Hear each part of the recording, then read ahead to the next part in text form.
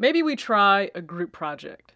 And I'm not really one for those, just being very honest, because I don't trust a lot of you to do the work. But can we collectively stop normalizing $500 as a reasonable price for resale? I'm not quite sure where we landed on that dollar amount being somewhat reasonable in the resale market, but it just doesn't make sense to me whatsoever. It doesn't.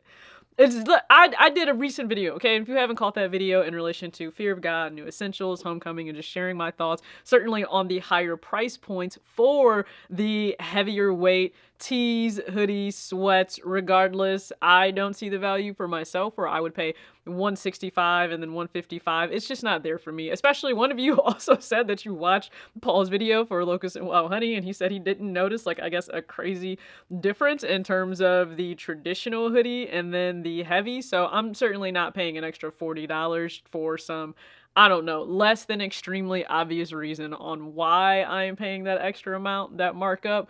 But sneakers, resale has certainly seen some tumultuous times in 2024. Not that I feel any sort of way, because hey, that's a risky game to play. You certainly don't have control over the market, what it does, what it doesn't do. A lot of what happens, the success there is derived from whatever is happening in the actual retail market, and then that can be fueled by the economy and disposable income. Where does it stand with people? Do they have it? Do they not have it? A lot of you don't have it, but you spend it on credit cards, and then you go into further debt, and it is just a terrible, vicious cycle that so many are in. And I hate it for you. I really do. So please just be more aware and conscientious of your spending. I will say that all the time, okay? It doesn't matter. I will continue to say that and advocate for that. But with resale now, goodness, getting confused. With resale, I'll see so many people say, oh, well, $400 to $500 isn't really that bad. Who exactly are you like trying to convince that it's not that bad? Because I would throw this back to you, and I bet you wouldn't feel as, excited about a shoe only being $400 to $500 in the resale market. What if, and I feel like we've already seen this because brands, especially Jordan and Nike, know what you're more willing to pay. Okay, so I feel like they took note and raised some prices there. What if these brands just decided, like if they just dropped a shoe, and I don't mean like a high profile fashion house collaboration like Dior or Gucci, let's remove them, okay? That's not even targeted to sneakerheads, let's just remove them. What if they said, well, hey, that's not that bad, right? $400 or $500 for the shoes that you're paying, like that $400 or $500 markup. If you were to see that as the sticker price, as the MSRP on that shoe, I don't think as many of you would be inclined to buy it. I personally don't. Now, you can sound off in the comment section. Would you still go after a sneaker for retail if it was priced at that $400 or $500 price point that so many are saying when they see it in the secondary market? Doesn't matter if it's GOAT, StockX, eBay, whatever. You don't think that that's that bad. That's somewhat reasonable. Would you pay that $400 to $500 retail MSRP for the sneaker if that's what a brand chose to list it at? I don't think a lot of you would.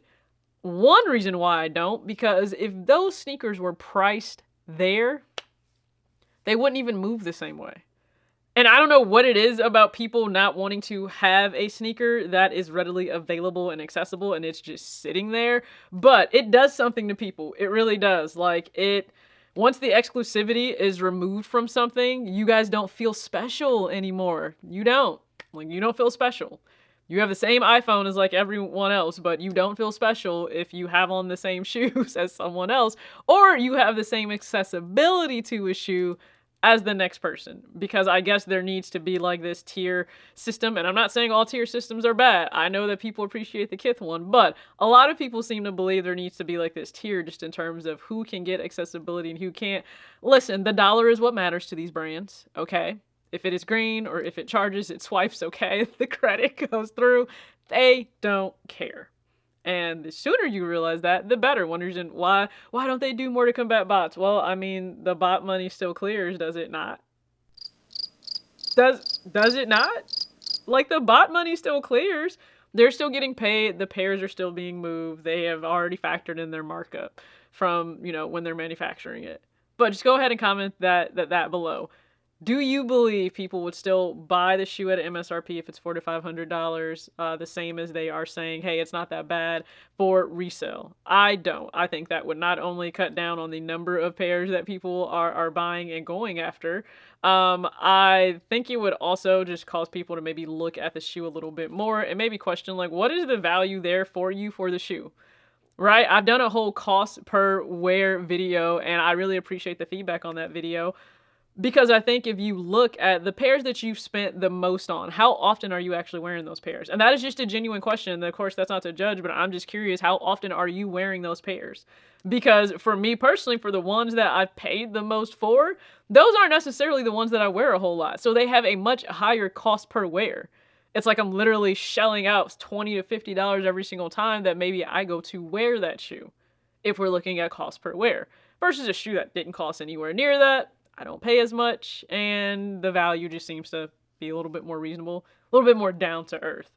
Because I don't know, like when people throw around the 4,500, oh, that's not that bad. Like, are you trying to just give off this, I don't know, appearance that like you have it, so the 4,500 just isn't that bad? Because if you had to go spend like $500 right now on a car repair, you would complain and it would be a problem.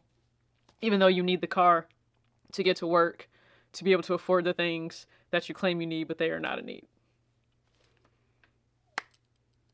Again, please share. Told you I would keep this quick. Please be sure to tune in to recent videos. Again, the breakdown, just my thoughts on Jerry Lorenzo, Fear of God. And then how much is it going to cost you if you don't sleep on like 28 retros next year?